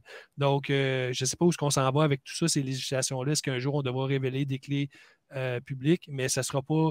Tu sais, en passant, la clé publique, ce n'est pas un objet, ce n'est pas une donnée publique. Il ne faut absolument pas partager ça parce que ça révèle les transactions. Donc, la clé publique, ce n'est pas vraiment public, c'est juste pour faire la différence entre la clé privée qu'il ne faut absolument pas montrer parce que ça dépense les bitcoins. Ce n'est pas la clé publique qui est publique, en fait, c'est les adresses. Parce que les adresses, ça rajoute une couche de sécurité au-dessus. Ça ne donne pas accès à tout. Bon, je ne vais pas embarquer là-dedans, mais juste vous dire que la clé publique n'est pas nécessairement publique et un jour, on sera amené potentiellement à la révéler. Et aussi, les clés publiques dans les exchanges, mettons, sont potentiellement connues. Fait que s'il y a un leak de toutes les clés d'un exchange, ben là, quelqu'un pourrait... Tu comprends? Il y a peut-être quelqu'un en arrière qui a les clés privées de des exchanges dans un leak de données qu'on ne connaît pas. Puis là, il pourrait utiliser l'ordinateur quantique donc avoir son propre portefeuille comme ça, là, un trésor, disons, comme ça. Ça devient, ça, c'est une autre chose qu'on peut faire pour se protéger contre l'ordinateur quantique, c'est d'utiliser des adresses, d'avoir son propre portefeuille. Comme ça, ben, les gens ne connaîtront pas ta clé publique et ne pourront pas attaquer tes bitcoins avec un ordinateur quantique. Fait que voilà ce que je dirais qu'on peut faire pour le moment. Puis après, ben oui, il va falloir que ça soit essentiel de développer un algorithme résistant à l'ordinateur quantique pour les signatures, pour la signature cryptographique pour les clés, pas pour le minage, pardon, ça sera notre. J'imagine que ça va venir dans tes questions. Je vais vous expliquer la nuance entre les deux. Voilà. OK, parce que l'algorithme de minage, c'est le SHA-256, c'est ça? Oui, ça, c'est l'algorithme de hachage, exactement. C'est le SHA-256, le fameux SHA-256. Parce que ça, on parlait de Satoshi Nakamoto. Là. Ben, Satoshi Nakamoto, dans ses écrits, bon, au début, quand le Bitcoin a été créé, Satoshi Nakamoto a participé à des forums de discussion. Puis, il aborde, en fait, cet enjeu-là des ordinateurs quantiques. Puis là, ben, je vais référer au livre de Phil Champagne, qui a repris là, les écrits les plus importants de Satoshi Nakamoto. Puis il y a comme un excellent livre que je recommande. Il y a comme 2-3 pages là-dessus. Puis en fait, ce qu'il nous dit, le concepteur de Bitcoin, Satoshi Nakamoto, que même si SHA-256 venait à être brisé, ben c'est toute l'industrie financière qui serait à risque parce qu'elle utilise elle aussi cette méthode de cryptage-là.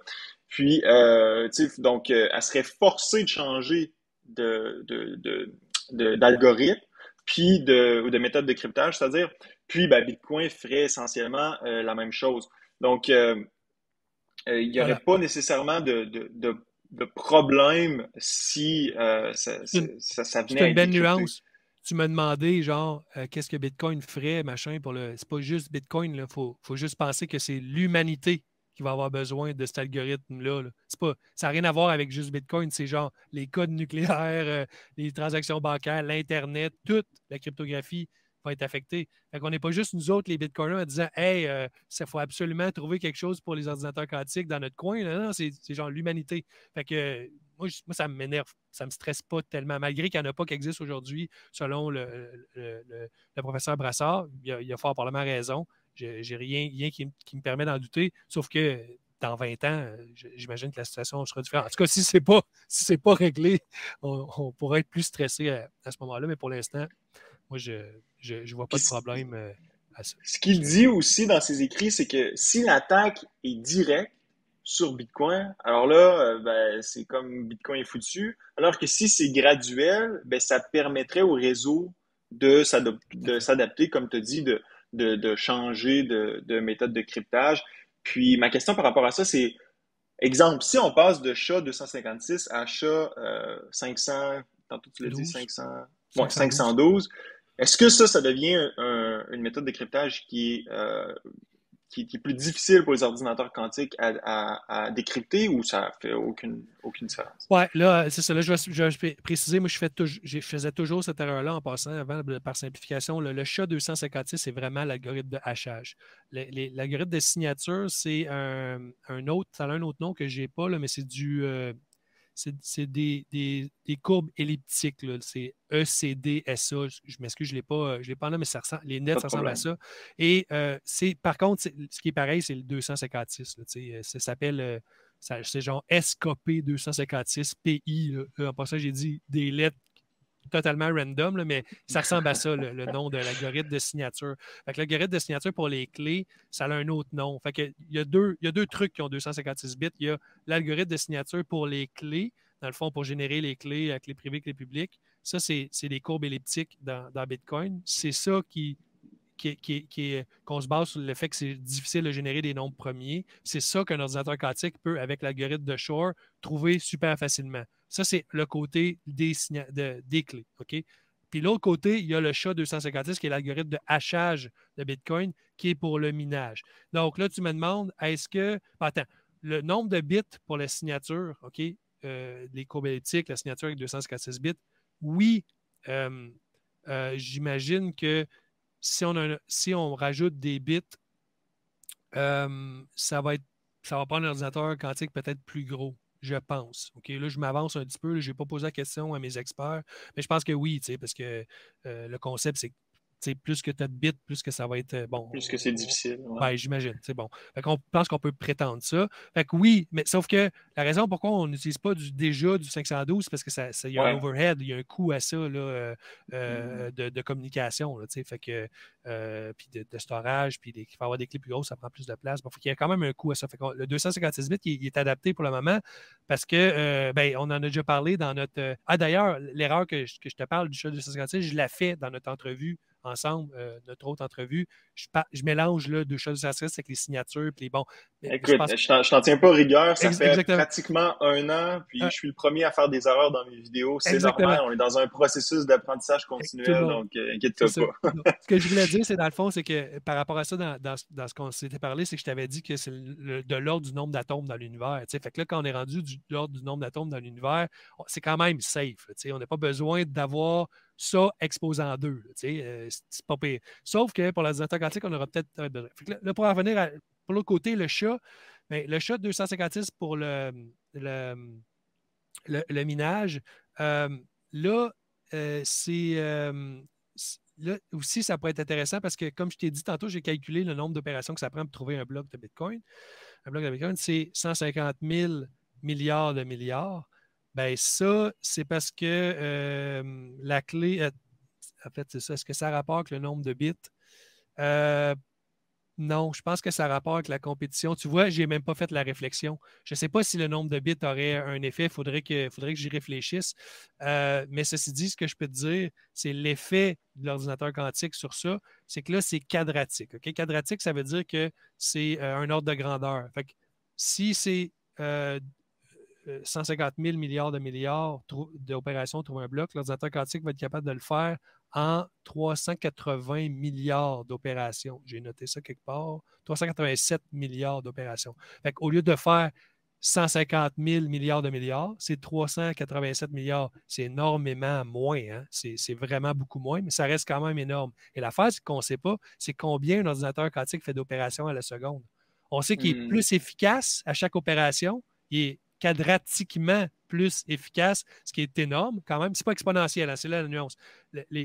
La greffe de Shor pour attaquer les clés, c'est exponentiel. Fait que c'est genre, il trouve d'une shot quasiment. Ça se résume quasiment à ça. Tandis que l'ordinateur normal, il faut qu'il fasse une série d'opérations qui prendrait plus de temps qu'il reste dans l'histoire de la Terre. Genre. Mais l'ordinateur quantique, il le fait tout de suite. Tandis que l'algorithme de Grover pour le minage, qui est quadratique, lui, c'est juste un ordre de grandeur. Donc, c'est du nombre que j'ai dit à l'autre nombre que j'ai dit. Mais comme on ne sait pas, l'ordinateur, les puces, actuellement, ils font des millions d'opérations à la seconde. Hein, on sait tout ça. Mais l'ordinateur quantique, on ne sait pas combien d'opérations à la seconde il va faire. Fait que même s'il est quadratiquement plus efficace, s'il fait, disons, 10 opérations à la seconde, là, je dis n'importe quoi, j'ai aucune idée combien il va aller vite, bien, ça ne nous avance pas. Fait que tant qu'on ne connaît pas cette valeur-là, combien il va faire d'opérations à la seconde, c'est pas tellement un avantage d'être plus efficace par opération parce qu'on ne sait pas combien d'opérations il va faire à la seconde. Fait que peut-être qu'un expert en ordinateur quantique pourrait nous dire « Ah, ben oui, il fait déjà 10 millions d'opérations à la seconde. » Je ne le sais pas, je n'ai pas cherché, mais ça vous donne quand même une idée que ce n'est pas tout d'être plus efficace. On ne sait pas combien d'opérations on peut faire à la seconde, donc on ne sait pas à quel point ça peut être plus... Fait que là, je t'ai expliqué un peu comment on pourrait attaquer Bitcoin au niveau du minage. C'est juste que les ordinateurs quantiques seraient plus efficaces quadratiquement parlant pour trouver les solutions de la loterie du minage que j'ai expliqué en début d'entrevue. Mais, tu sais, comme tu l'expliquais tantôt, tu disais, ouais, mais là, il y aurait un ajustement de difficulté parce que, bon, on minerait 2000 quelque chose blocs en 2000 quelque chose secondes. Ouais. Mais est-ce que cet ajustement-là a une limite? Est-ce que ça deviendrait difficile? Ça pourrait toujours s'ajuster ou il y a une limite en fonction du cryptage qui est utilisé? À tous les 2016 blocs, on s'ajuste. Le problème avec ça, par contre, c'est que l'attaque qui pourrait être faite, c'est que si quelqu'un trouve une façon de miner du Bitcoin rapidement, là, il pourrait miner pendant tant de blocs, aller super vite, attendre l'ajustement. Okay? L'ajustement rendrait ça super dur, puis arrêter de miner. Fait que là, les ordinateurs normaux, ils ne seraient pas capables de miner de blocs parce que ça serait trop dur. Puis l'ordinateur quantique, il aurait juste à dire « Ah, je vous ai mis ça super dur, puis je m'en vais. » Ça serait une attaque qui pourrait... mais de toute façon, que ce soit cette attaque-là ou une attaque de censure, si quelqu'un a un ordinateur quantique qui bat le réseau, il pourrait juste censurer les transactions. Donc, ce qui veut dire qu'il créerait des blocs vides sans aucune transaction. Là, il pourrait tuer Bitcoin. Donc, tout ça est basé sur le fait de dire qu'il y aura un ordinateur quantique qui serait plus fort que le réseau actuel. Mais ça, ce n'est pas fait. Ce qu'on prétend qu'il va arriver, c'est que les ordinateurs quantiques vont être plus efficaces, mais pas nécessairement plus forts. Fait que là, il y a des gens qui vont créer plusieurs ordinateurs quantiques. Ils vont dire hey, ça va être payant de miner du Bitcoin. Ils vont les utiliser pour miner du Bitcoin. Ils vont être en compétition. Puis le réseau va s'ajuster au même titre qu'il a fait pour les CPU, aux GPU, aux ASIC. C'est ce qui est la théorie. Par contre, s'il y a un ordinateur, comme Satoshi dit, qui sort de nulle part et qui attaque direct le réseau pour le tuer, ça pourrait arriver. Sauf que là, on les connaît, ceux qui font des ordinateurs quantiques, les Chinois, Google, on les voit faire. Là, je veux dire, à moins qu'ils cachent un ordinateur 100 fois meilleur dans leur garde-robe, ça se peut. Ben là, à ce moment-là, s'il est capable de faire ça à Bitcoin, il va être capable de faire ça à tout le reste de On s'entend que ça ne devrait pas nécessairement être la première cible pour ceux qui détiennent ce type d'ordinateur-là. J'imagine que leur attention est beaucoup plus vers les communications militaires, les communications secrètes entre les différents gouvernements. Puis à partir de ce moment-là, dès que ça sortirait, ben là, tout le reste, le système financier, toutes les autres communications dans le monde s'ajusteraient pour essayer de se défendre par rapport à ça. Bitcoin ferait probablement la même chose. Je viens de penser à quelque chose, Gabriel. T'imagines, qu'est-ce que les gens vont faire? Mettons, on casse, OK? Puis là, Bitcoin, il est prêt. Il s'est préparé. On a les algorithmes, tout ça, mais pas le système financier. Les gens, ils vont faire quoi, tu penses? Ils vont sortir tout leur argent dans des comptes qui pourraient être piratés. Ils vont l'avoir en cash.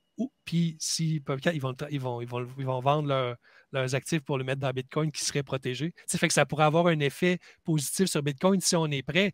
Parce que là, tu vas tout auditer toutes les banques de la Terre pour savoir si ton compte de banque à toi, il a passé, tandis que Bitcoin, tout est clair, tout est là. On le sait, s'il est protégé pour le... J'avais jamais réfléchi à ça, mais à cette ère-là, où on pourrait se faire attaquer par des ordinateurs quantiques, si Bitcoin est prêt, ça sera un bon endroit où placer sa valeur, parce que tout le reste va donc auditer ta banque. Là, ils vont sûrement être prêts, puis ils vont sûrement avoir... Mais je veux dire, pensons-y, si ça sort de nulle part, puis ça prend, mettons, 2 semaines à ajouter Bitcoin, puis imagine, changer tous les systèmes bancaires, ça va sûrement être plus long. Ben, peut-être que ça pourra être une fleur à Bitcoin, que Bitcoin, s'il est moindrement prêt. En passant, le code pour ça, il va déjà être dans Bitcoin bien avant. Hein. Si on est capable de trouver un algorithme, on va pouvoir mettre l'algorithme dans le code de Bitcoin, puis pas s'en servir à la limite. Puis là, du jour au lendemain, ça arrive, là, on va se mettre à s'en servir, puis signer des transactions avec cet algorithme de signature-là. Fait que dans Bitcoin, on pourrait faire ça, se préparer d'avance, sans nécessairement l'utiliser. Puis la journée mais il y a toujours l'enjeu des vieux Bitcoins qui, eux, restent à risque pour ceux dont on connaît les clés publiques.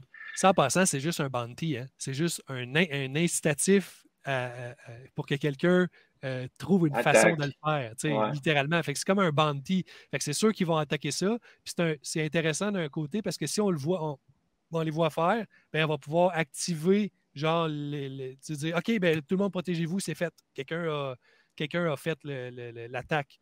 Fait que c'est un genre de warning d'avance parce que c'est sûr que c'est ça qu'ils vont attaquer en premier. C'est clair qu'il y a un incitatif pour le faire. L'autre question que je me posais, c'est lorsqu'on introduit des changements au code source de Bitcoin, pour que ce soit...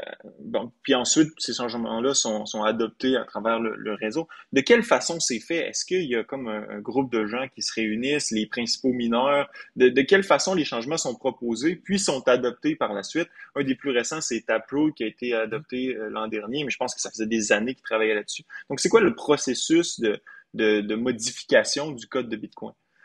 Francis Pouliot appelle ça qui est une figure assez connue là, dans le monde de Bitcoin à Montréal. Il appelle ça un consensus émergent. Donc, essentiellement, les développeurs proposent des changements qui s'appellent des BIP, c'est des Bitcoin Improvement Proposals, je pense. Et tout le monde en discute. Là. Tout le monde peut faire une proposition et tout le monde peut la regarder ou pas. Et une fois qu'il y a comme un mini consensus, genre est-ce qu'on le fait? Ben, les développeurs décident s'ils le font ou pas. Ils peuvent le mettre dans le code, ils peuvent le tester, mais ils peuvent ne pas juste l'activer. C'est ce qui s'est passé. En fait, je vais faire juste un petit saut vers l'activation. Dans les dernières activations, ils ont mis le code, Puis ils ont fait un vote que je vais t'expliquer après. Puis si le vote n'avait pas passé, le code aurait resté là, mais il n'aurait jamais été utilisé. T'sais, fait qu'il y a une façon de mettre du code dans Bitcoin puis qui ne sert pas si les conditions ne sont pas rencontrées. Fait que tout ça pour te dire qu'on peut mettre du code dans Bitcoin sans nécessairement l'activer. Donc, revenons à nos développeurs. Les développeurs, ils peuvent coder qu'est-ce qu'ils veulent. Mais les utilisateurs de nœuds ou les mineurs ne sont pas nécessairement obligés de l'accepter. Moi, je peux rouler le code que je veux. Si, mettons, il y avait un changement super pas correct dans Bitcoin que je n'aime pas, je pourrais décider de juste pas rouler le code. Bon, dans la vraie vie, on s'entend que tout le monde roule la même version, là, mais s'il y avait quelque chose de bien contentieux, c'est déjà arrivé en passant. Il y a déjà eu une bonne scission là, dans la communauté au niveau de la grosseur des blocs. Puis justement, ça s'était justement, Francis Pouliot avait participé à cette situation-là avec sa compagnie en menaçant de dire, nous autres, on va rejeter vos blocs. Les mineurs voulaient avoir des plus gros blocs, puis les autres, ils ont dit, non, si vous mettez les blocs plus gros, nous autres, on va les rejeter avec notre nœud. Là, les mineurs avaient peur de perdre leur récompense. En fait, comment j'explique dans mon livre, d'ailleurs, c'est un triangle. Tu as les utilisateurs, les mineurs, les développeurs. Tous ces trois-là ont des intérêts divergents. Il y en a qui voudraient avoir des plus gros blocs, d'autres plus de transactions, bon, ainsi de suite.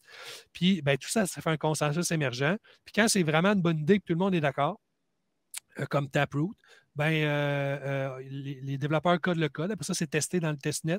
Puis là, la façon qu'on l'a activé, c'est par un vote de mineurs, ce qui n'est pas la meilleure façon en passant. Il y a plein de monde qui n'était pas d'accord. Mais bon, personne ne décide. Fait il y a quelqu'un qui a proposé ça, puis ça s'est rendu dans le code.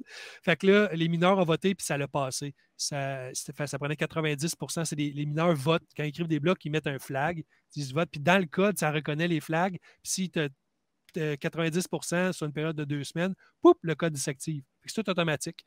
Puis ça aurait pu ne pas passer. Puis il y aurait eu. Là, quand tu parles de mineurs, est-ce que tu inclus les opérateurs de nœuds qui ne vont pas nécessairement miner? Quand je dis les utilisateurs, c'est les opérateurs de nœuds. Quand je dis les mineurs, c'est les mineurs. Puis tu as les développeurs. Fait que tu as un triangle. Fait que les utilisateurs, c'est pas toi et moi. Là. Si tu n'as pas de nœuds, tu n'as pas de vote. Les utilisateurs, c'est ceux qui ont des nœuds. Puis qui ont des bitcoins dessus. Ça prend des nœuds avec des bitcoins, des nœuds économiques qu'on appelle. Parce que moi, je pourrais partir 100 000 nœuds sur Amazon demain matin avec une carte de crédit volée. Là. Si tu peux partir plein d'ordi, tu mets Bitcoin, la blockchain dessus, mais ça ne vaut rien parce qu'il n'y a pas de bitcoin associé. C'est pas comme un nœud, un vote. C'est pas de même que ça marche. C'est que la menace, c'est qu'il y a assez de nœuds qui ont assez de bitcoin pour refuser des blocs des mineurs, que ça leur donne une puissance de négociation. Fait que c'est un consensus émergent. Il n'y a personne qui décide, il n'y a personne décentralisé qui décide, ça se fait selon le bon vouloir de chaque personne. Voilà. Oui, mais il n'y a pas un problème justement de centralisation là-dedans parce que si c'est simplement les mineurs qui ont voté, puis que 70% de la puissance de réseau est détenue par 4 mining pools présentement, tu as Foundry USA 25%, Npool 19%, F2 Pool puis Binance Pool 14%. Il n'y a pas un problème de centralisation là-dedans? C'est exactement pour ça qu'il y a plein de gens qui trouvaient que ce n'était pas une bonne idée de faire ça. La dernière fois, ce qui est arrivé, c'est un User Activated Soft Fork. Fait que là, c'est les utilisateurs qui avaient décidé avec leur nœud. Fait que tu vois, il y a différentes façons d'appliquer ces modifications-là. Puis cette fois-là, il avait décidé avec les mineurs.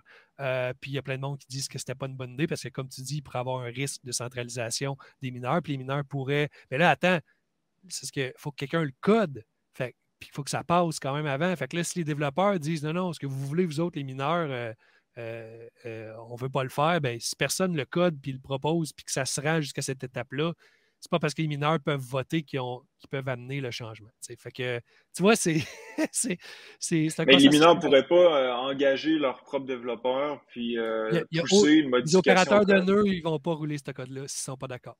Ah, OK. C'est compliqué malgré le fait qu'on... Voilà. OK, fait que malgré le fait qu'on ait une concentration au niveau du minage, reste que le réseau est toujours décentralisé dans la mesure où les nœuds ont encore un rôle qui est super important. Oui. Les développeurs aussi, tu sais, fait que, tu sais, il y a plusieurs gatekeepers. C'est pas parce que tu aimerais, mettons, le regroupement à 70% des votes dans le vote final qui pourrait amener des propositions, les faire développer, les mettre dans le code à voter, puis voter. Il y a plusieurs gates avant ça. C'est pour ça qu'il y a une ossification du protocole de Bitcoin. Hein. C'est pour ça qu'il n'y a pas beaucoup de changements. C'est des choses que beaucoup de gens dans le domaine de la blockchain critiquent en disant Bitcoin n'est pas assez rapide, il ne fait pas assez de trucs, il va manquer le bateau. Nous autres, c'est pas ça qui nous intéresse. Là. Le protocole est stable, il ne brise pas. ne veut pas faire des affaires de blockchain fancy, là. On veut juste faire Bitcoin. Puis c'est bien correct de même. Puis quand on a fait des améliorations, ben, c'est pour amener des grosses améliorations ou, exemple, corriger une attaque de quantum computing, bien ça, évidemment, on va faire un changement pour ça quand on va être rendu là. Aucun doute, ça va se faire exactement comme la dernière fois qu'on a rajouté Taproot, justement, qui amène certaines améliorations que tout le monde voulait. Puis ça l'a passé. Voilà. Mais on veut que Bitcoin soit plate parce que l'objectif de Bitcoin, c'est de créer un système monétaire. Puis un système monétaire, il faut qu'il y ait de la certitude. Si par exemple, on regarde ce qui se passe par exemple en Angleterre présentement, Bitcoin, on sait ce qui va arriver demain, après-demain. Donc, c'est la caractéristique fondamentale de tout système monétaire qui fonctionne bien. Qui se respecte, je te dirais, oui. Qui se respecte, bon, voilà. Mais avant de terminer avec le problème de centralisation au niveau du minage, par exemple, pour l'attaque de 51%, ça peut pas causer problème, ça. Par exemple, si tu as un mineur qui décide d'en acheter un autre puis qui accapare la moitié de la puissance de minage, ça peut pas devenir un problème pour le réseau? Oui, sauf que l'affaire de le fameux 70%, là, c'est plusieurs sites. Là, oui, ça se peut bien que les têtes là, de la direction, le corporate de ces. Sauf qu'au final, soit mettons, 4, puis ça fait 70%, mais en dessous, là, c'est différentes sources d'énergie, différents sites avec différents employés, avec différents. De là à rendre ça. Ben, il y a une attaque qui est possible. Il y a des gens qui savent déjà, qui proposent déjà des idées. On pourrait genre bloquer les adresses de ces mineurs-là. Il y a comme déjà des choses qui sont réfléchies mais il faudrait vraiment vouloir. Hein, en fait, il n'y a pas de mineurs qui vont faire ça dans leur plein gré parce qu'ils vont tuer le marché. Mais il pourrait y avoir un agent malicieux qui prend le contrôle des organisations, puis là, soit par la loi ou par machin.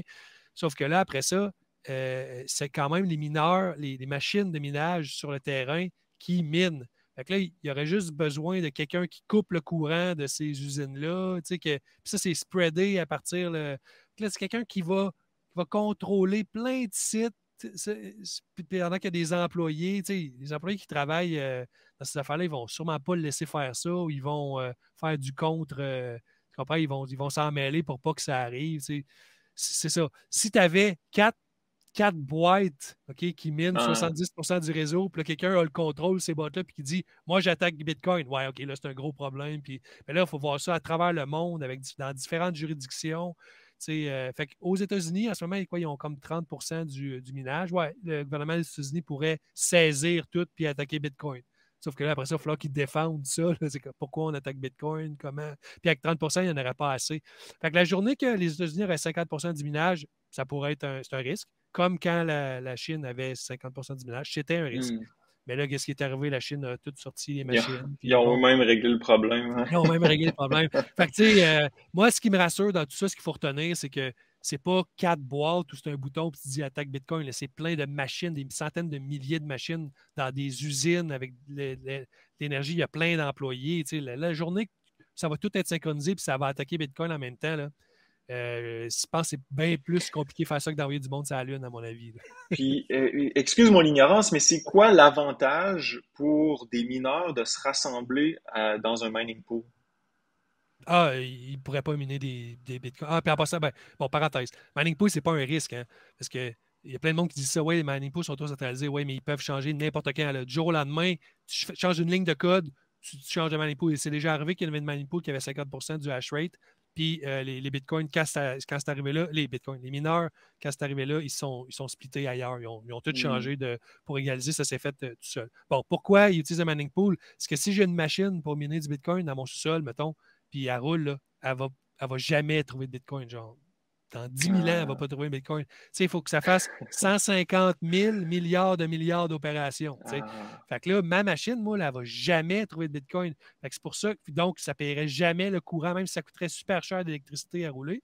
Je ne gagnerais jamais de bitcoin. Fait que là, ils se mettent en pool. Puis comme ça, selon leur pourcentage de puissance, mettons qu'ils ont 10% du réseau, la pool, ils vont faire statistiquement parlant, 10% de Bitcoin. Fait qu'ils vont séparer la récompense. C'est qu'il faut atteindre un certain niveau pour que tu puisses gagner un bloc pour te faire payer. Si tu gagnes un bloc aux 10 000 ans, ben, si tu gagnais le bloc après 10 000 ans, ça paierait certainement toute ton électricité. Il n'y a pas de trouble avec ça. Sauf que tu ne seras pas là pour. Tu vis pas Pour pendant en 10 000 ans. profiter. C'est juste pour ça. C'est vraiment juste pour ça qu'on se met en Manitou, c'est que c'est un mineur absolument. Puis c'est bon en passant. C'est ça l'affaire. C'est que ça veut juste prouver qu'un mineur n'a aucun effet sur le réseau. Tu sais, il est tellement qu'il est obligé de se mettre en groupe s'il veut être payé parce qu'il est tellement insignifiant dans le réseau que une machine de minage, c'est insignifiant, ça peut s'en aller et revenir, ça ne change absolument rien au réseau, tellement qu'il est fort, tout simplement.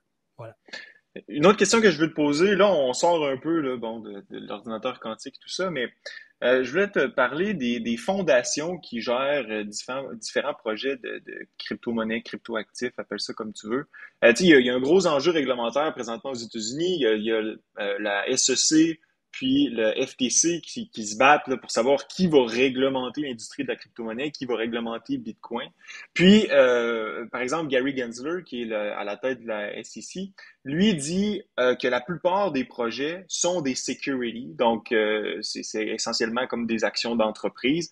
Puis, ces projets-là sont gérés par des fondations, comme par exemple la Ethereum Foundation.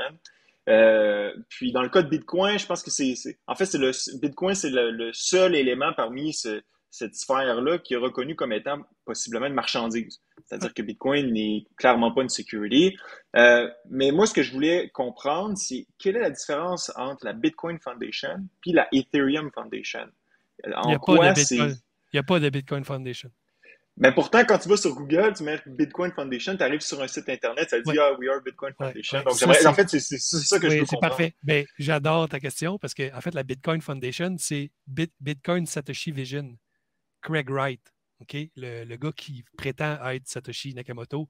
Et je ne dirai rien de plus à ce sujet parce qu'à chaque fois que quelqu'un mentionne ce fait et dit le contraire, il se fait poursuivre en justice. Donc, par le dit personnage. Donc, je vais juste dire que cet homme prétend être Satoshi Nakamoto et son Satoshi Vision, donc BSV, son Bitcoin Satoshi Vision, a une fondation qui s'appelle la Bitcoin Foundation, qui est en passant une usurpation totale d'identité.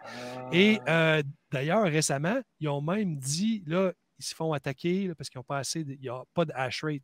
Bitcoin, la hash rate de Bitcoin, comme je t'ai dit, c'est 150 000 milliards de hash pour miner. Eux autres, c'est rien. C'est même pas 1% du minage de la force de Bitcoin, même pas 1%.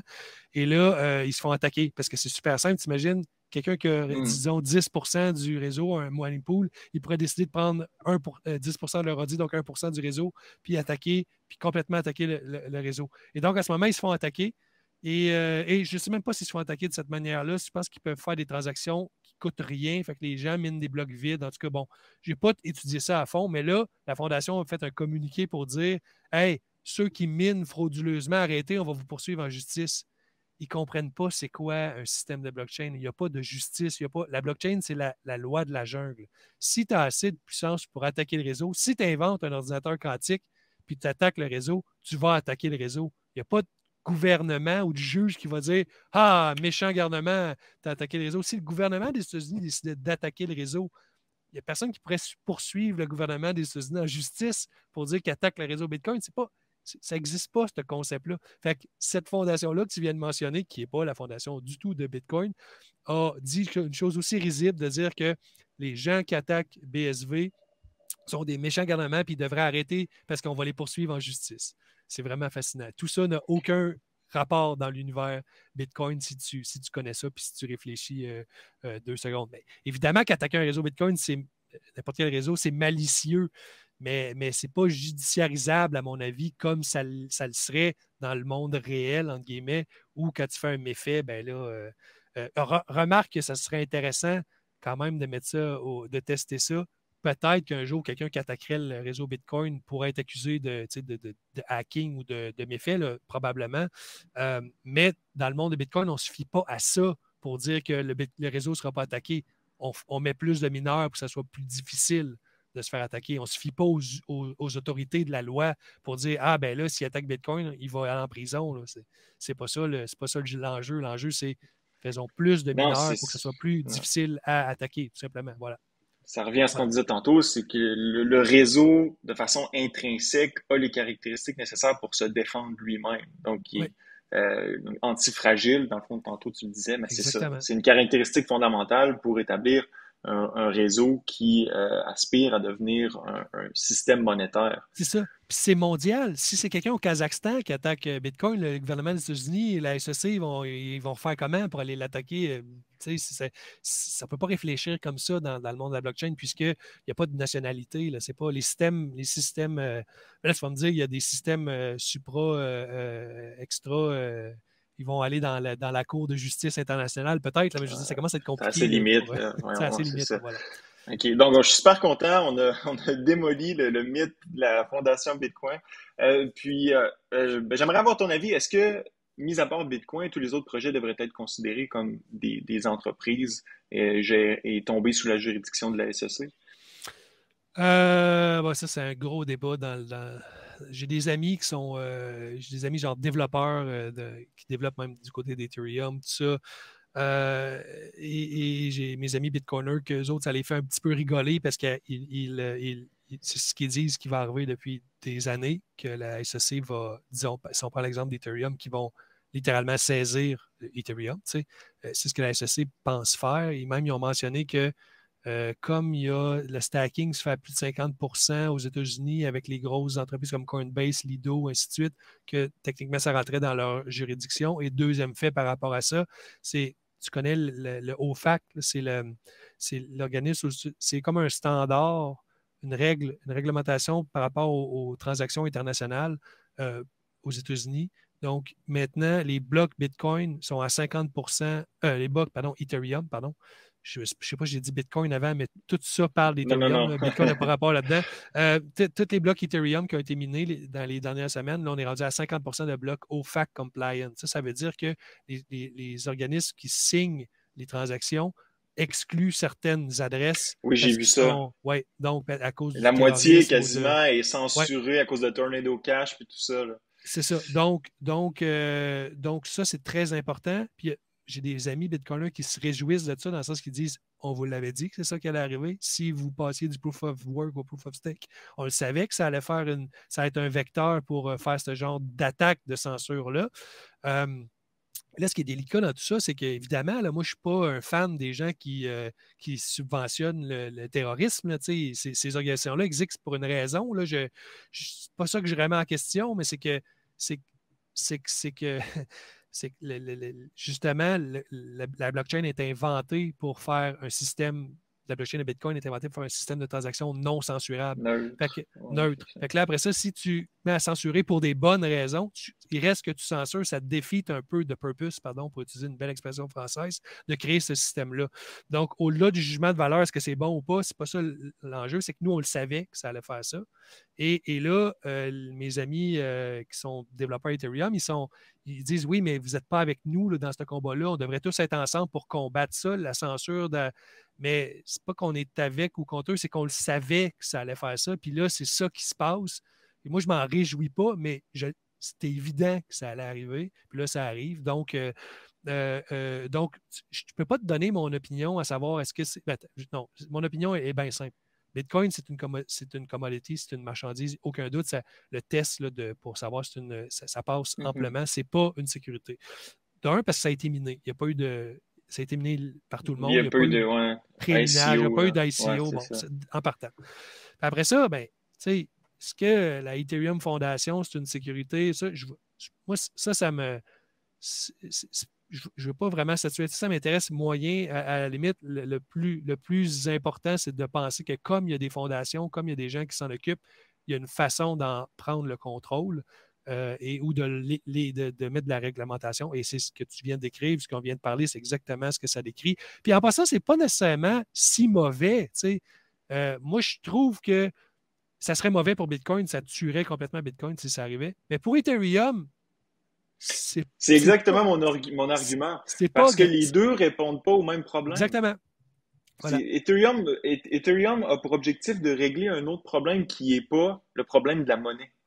Donc, ce n'est pas un problème de Non, passer de Proof of Work à Proof of Stake. voilà. Par contre, si on ramène ça du côté de Bitcoin, ben là, on viendrait complètement démonter l'objectif de ça, pourquoi Bitcoin a été inventé. Tout à fait. Fait qu'on Donc, vient. Moi, je trouve que c'est la meilleure façon d'expliquer, de résumer ce sujet-là. Et je pense que ça rejoint toutes les opinions. Je connais plein de gens qui ont toutes des opinions contraires. Moi, tout ce que je dis, c'est on ne peut pas faire du proof of stake dans Bitcoin, c'est impossible. Pour ceux, en passant, qui ne savent pas c'est quoi du proof of stake, c'est qu'au lieu de faire le période de travail qui met de l'énergie, qui prend de l'énergie, comme on a parlé plus tôt, c'est les gens qui ont déjà des jetons qui décident, qui font le travail des mineurs. Donc, il n'y a pas d'énergie qui est dépensée, puis ils décident à tour de rôle selon un peu une statistique, selon leur possession de jetons. Fait que ça assure qu'ils ne vont pas tricher, parce que s'ils trichent, ben, ils sont pénalisés, puis en plus, ça fait baisser la valeur de leur jeton. Fait que ça assure une certaine ça fonctionne. Ethereum fonctionne avec ça. Là. Ils ont réussi leur passage, sauf que ça a été centralisé pour une raison X là, aux États-Unis. Puis là, ben, la SEC s'en sert pour passer des réglementations. Puis ça, on l'avait tout prévu. Et moi, en passant, ça ne me choque pas. Je ne suis pas contre le passage d'Ethereum à Proof of Stake. C'est une bonne nouvelle, sauf que je savais exactement ce que ça allait donner, ce que ça donne en ce moment. Et ben, coudonc, c'est pas les. Puis j'ai des gens d'Ethereum qui sont très, très fâchés que le gouvernement tente de saisir. Je comprends pourquoi eux, parce qu'eux, ils croient encore au fait que c'est quelque chose anti-censure. Puis, mais moi, je suis pas. J'abonde pas dans ce sens-là. Je crois que ça va servir à autre chose, puis ça va être totalement. Il va avoir. Ça va répondre aux normes et aux règles de certains gouvernements. Dont les États-Unis, à mon avis. Et le problème avec le SEC, s'ils trouvent que c'est une security, ben là, ça va avoir des implications légales. Par exemple, ça, par contre, ça va être intéressant à voir s'ils disent que c'est une security. Là, qu'est-ce qui va arriver? T'sais, vont-tu mettre des pénalités? Vont-tu. Bon, ça, je ne sais pas, mais bon, ça après reste ça. à voir, là. Ouais. Mais au niveau des règlements, genre respecter le OFAC, tout ça, ben ça, à mon avis, c'est fait. Les transactions, ils vont avoir une liste de censure, puis ils ne pourront pas. Ils ne pourront pas. Et avec Bitcoin, ce serait un vrai problème parce que si on avait une liste de censure, ça voudrait dire que les jetons ne seraient pas fongibles. Ça voudrait dire que toi, si tu as obtenu des jetons de quelqu'un qui les a passés dans un coin join qu'on appelle là, pour couper les liens entre les bitcoins pour plus de privacy, il pourrait dire ah, nous autres, on n'accepte pas ça. Là, ça serait un problème parce que tu aurais des bons jetons puis des jetons ternis qu'on appelle. Et ça serait un problème dans Bitcoin. Il ne faut pas que ça arrive dans Bitcoin. Mais dans Ethereum, ça me gêne moins parce que ce n'est pas une monnaie incensurable, c'est un système de smart contract. Bon, fait que je pense qu'on a assez bien. Puis on a vu quand Ethereum est passé justement de Proof of Work à Proof of Stake, la puissance du réseau Bitcoin, donc la puissance de hachage du réseau a comme augmenté de façon vertigineuse parce que j'imagine qu'il y a des mineurs qui étaient du Ethereum qui sont maintenant allés dans le réseau Bitcoin. C'est pas quoi le même l'impact? algorithme, là, mais peut-être les GPU, oui, tu peux miner du Bitcoin, mais c'est pas rentable. Non, en fait, le dernier bump qu'il y a eu, c'est probablement à cause qu'aux États-Unis, ils ne pouvaient pas miner parce qu'il y avait des restrictions énergétiques. Peut-être c'est fini. J'ai vu un article passer Au récemment. Texas, oui, Au j'avais vu qu'il y Texas, avait il y a eu un limité bump. à Fait qu'ils cause doivent de... avoir réallumé les machines. C'est ce que je pense que c'est ça. Mais de toute façon, ça en passant, ça arrive de temps en temps, un bump, quelqu'un qui a acheté des machines, les a branchées, puis bon, en tout cas. Mais non, les mineurs d'Ethereum, ils minent d'autres crypto-monnaies qui n'est pas Bitcoin. Il y a d'autres crypto-monnaies qui se minent avec des GPU. Parce que c'est ça, les mineurs d'Ethereum, ils n'ont pas des ASIC, c'est des GPU. Ça ne se mine pas avec des ASIC. Ben oui, mais très peu. Fait que ces machines-là sont comme les miennes, là, celles qui chauffent mon sous-sol en arrière, ça mine. C'est un GPU qui mine, puis il mine un autre truc que je ne connais pas. Puis ça rapporte genre 5 fois moins que ça rapportait quand c'était du Ethereum, mais ça chauffe quand même mon sous-sol. Fait que voilà, fait qu'il mine autre chose. Fait que c'est pour ça que l'argument de dire que c'est mieux pour l'environnement parce que ça mine plus, ben, les mineurs ils minent juste autre chose. Aller ailleurs. Ça n'a pas changé grand. Il y aura peut-être moins d'achats de nouvelles cartes, puis il y a peut-être des mineurs qui vont vendre leurs cartes, là, c'est sûr. Mais bon, on a encore dévié, mais ça pour te dire que les mineurs d'Ethereum ne minent pas du Bitcoin. Ah, ok. Donc j'avais pensé qu'il y avait pu faire un transfert quand ils ont changé de Proof of Work. Ils minent autre chose, pardon. Okay. Donc, avant de se quitter, j'aimerais avoir un peu tes pensées à l'égard du marché de Bitcoin. Là. Présentement, on est passé quand même d'un sommet historique vers la fin de l'année passée. Puis là, ben, on a crashé quand même pas mal. Je sais que c'est pas ton premier bear market, mais j'aimerais que tu nous parles un peu de ça, puis de si Bitcoin, selon toi, risque de chuter encore, ou s'il y a un potentiel de peut-être, parce qu'on l'a vu présentement, ce qui est intéressant, c'est que la volatilité de Bitcoin est plus faible, par exemple, que celle du S&P 500, C'est alors fou, que, hein? bon, historiquement, c'était, tu sais, Bitcoin, c'était super volatile. Donc, qu'est-ce que tu penses du bear market actuel, puis du niveau de volatilité de Bitcoin qui est comme Ouais. pratiquement à Bon, zéro, là? première chose, c'est combien ça vaut un Bitcoin, là? Est-ce que le prix en ce moment est le bon prix? C'est dur à savoir parce que, bon, on peut regarder combien ça coûte à miner. Ben, j'ai lu quelque chose sur Twitter aujourd'hui, justement, par rapport à ça. Et c'est corroboré avec d'autres informations que j'ai déjà eues. Fait que je vais vous le dire. Euh, Dans le temps que Bitcoin était à 64 000, genre, il paraît que ça coûtait à certains endroits, je pense au Texas, genre, ça coûtait 5 000 miner un Bitcoin. Genre, OK? Fait qu'imagine la marge de profit. OK. Puis là, le Bitcoin est à comme 20 000, puis ça en coûterait peut-être je sais pas, 10 000 ou 14 000. La marge de profit est vraiment plus serrée. C'est fait pour ça. Hein. Ça devrait être, miner des Bitcoins, ça ne devrait pas être extrêmement rentable. Il devrait juste avoir parce que c'est très compétitif. Fait que techniquement, quand c'est super rentable, d'avoir plus de mineurs, puis bon. Fait que tout ça pour Mhm. vous dire que ce que ça démontre, c'est que si ça coûtait 4 000 faire un Bitcoin, puis ça se vendait 60 000, c'était peut-être extrêmement surévalué. À ce moment-là, c'était une conjoncture qui a fait que. Fait que, est-ce que là, Bitcoin a baissé, puis il a perdu toute sa valeur, ou on pourrait considérer que quand il valait 60 000, il était très, très surévalué, puis qu'il aurait dû valoir plus comme en ce moment 20 000. Moi, c'est comme plus ça ma réflexion. C'est quoi le vrai prix ou c'est quoi le bon prix de Bitcoin? Exactement comme en 2018, 2017, 2018, quand il était parti de 5 000, il est monté à 20 000 d'une shot, puis après ça, il est retombé. Est-ce qu'il a perdu sa valeur ou il a juste été surévalué pendant un mois? Puis qu'il y a des gens qui ont investi malheureusement au mauvais moment. Fait que, c'est toujours ma réflexion, c'est quoi la valeur de Bitcoin. Et mon deuxième point, ce serait que il y a toujours les halvings, les divisions de la prime de minage, les halvings en anglais, qui viennent mettre leur nez dans le prix de Bitcoin à tous les 4 ans. Fait que pour évaluer Bitcoin, le prix de Bitcoin, est-ce que c'est bon ou pas bon ou surévalué, évalué, on n'a pas le choix de l'évaluer sur 5-6 ans, pour avoir. Parce que là, en passant, quand il va y avoir la division, le prix ne va pas monter le lendemain. Là, puis si le prix monte, là, je ne vous promets pas qu'à la prochaine division, le prix va monter, mais c'est que l'offre de Bitcoin va diminuer de moitié l'offre de nouveaux Bitcoin. Fait qu'en général, si on connaît l'offre et la demande, ça a une tendance à la hausse. Et donc, il faut regarder ça sur une optique de. Il faut au moins intégrer un halving dans notre réflexion. Là, c'est dans 2 ans. Il va y avoir un halving. Peut-être des fois, ça prend 1 an ou 2 avant que le prix s'ajuste, si on regarde le graphique passé. Fait que là, je suis un peu en train de vous dire, moi, la prochaine fois que je vais faire une évaluation sur le prix du Bitcoin, c'est dans 4 ans. Parce que là, il va y avoir eu un halving, on va avoir passé 2 ans. Puis là, s'il était à 15 000 dans 4 ans, on va dire, ouais, il y a quelque chose qui ne marche pas. Tout ce qu'on a prévu, notre modèle est carrément brisé. Mais si la semaine prochaine, il tombe à 10 000, puis dans 6 mois, il est à 30 000, puis il remonte à son ATH de 60 000, puis il redescend à 40, tout ça, ça ne vaut rien. Ça ne veut pas vraiment rien dire. C'est plus une réflexion, c'est plus une démonstration de c'est quoi la demande. Parce qu'on ne peut pas ajuster là. Fait que ça fait juste. C'est juste, il y a beaucoup de demandes pour Bitcoin, tout le monde s'emballe, il paye plus cher. Et ça fait juste refléter ça, mais c'est quoi le bon prix? Clairement, Bitcoin en ce moment, au prix que ça coûte à miner, puis à la demande qu'il y a, on est tous d'accord que ça ne vaut pas 100$. Un Bitcoin, c'est sûr que ça vaut plus que 100$, on est d'accord. Mais est-ce que ça vaut 1000? Je pense que ça vaut plus que 1000, ça coûte plus cher que ça, il y a plus de demandes. Mais là, est-ce que ça vaudrait 10 000? Je ne sais pas. Est-ce que ça vaut 100 000? Probablement pas. En ce moment, je parle. Fait que c'est le marché qui décide du prix. Et je pense qu'en ce moment, il résiste.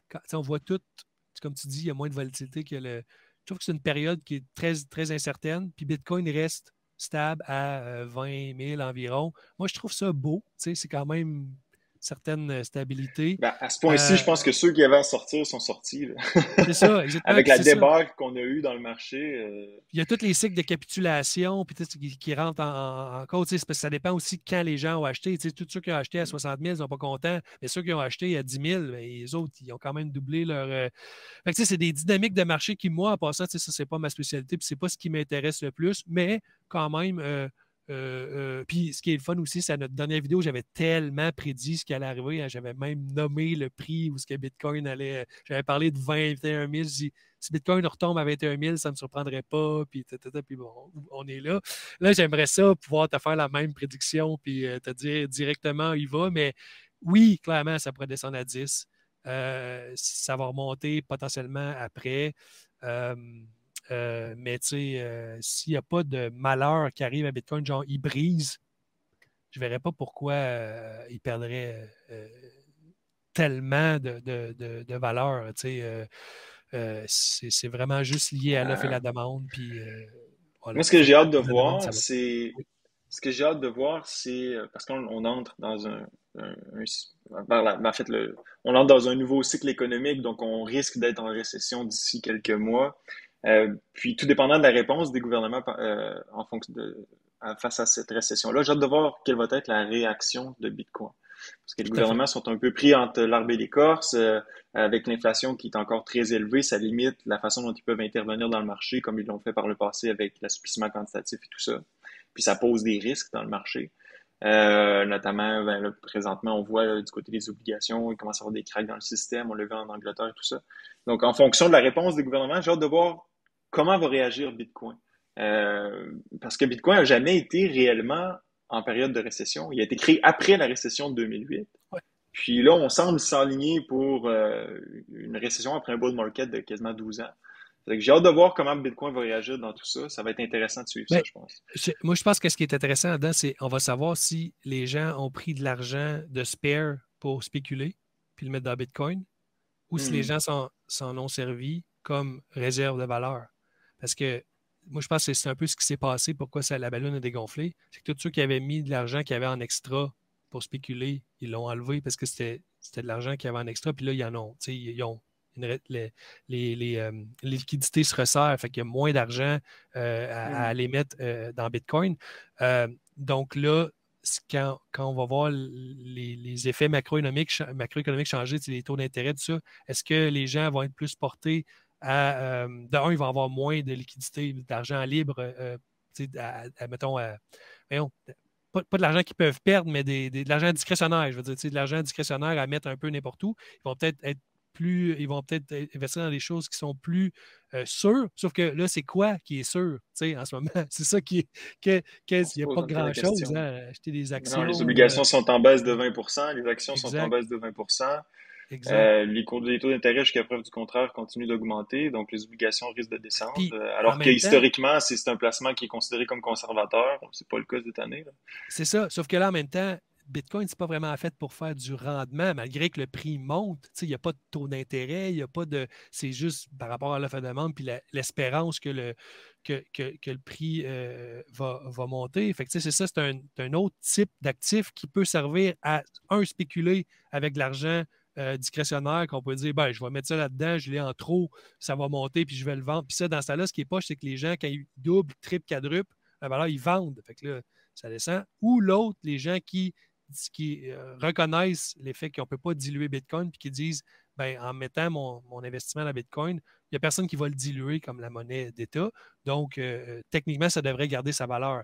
Oui, puis c'est vrai et c'est pas vrai dans le sens que comme sa valeur est définie par l'offre et la demande, s'il y a moins de demande pour Bitcoin, le prix baisse. Fait que là, oui, OK, tu as été protégé de l'inflation parce qu'il n'y a pas d'unités nouvelles qui ont été créées pour faire un effet inflationniste, mais le prix a baissé puisqu'il y a moins de demande. Fait que, c'est ça, c'est un peu un extraterrestre, je pense, dans le monde des fait que moi, la distinction que je fais, c'est vraiment des gens qui approchent ce produit-là comme un produit spéculatif, qui vont investir de l'argent puis sortir quand il va avoir un gain, puis des gens qui investissent dans Bitcoin parce qu'ils croient en l'avenir ou à sa non-dilution possible et qui pensent que sur du long terme, sur, je sais pas, 10 ans, nécessairement, ils vont être gagnants puisqu'il y en a de moins en moins qui sont C'est les deux. Et moi, j'ai aucune idée c'est quoi le pourcentage. Y a plus de monde qui spécule, y a plus de monde qui voit. Moi, clairement, pour moi, c'est pas vraiment un investissement, c'est juste une façon de protéger de la valeur sur le long terme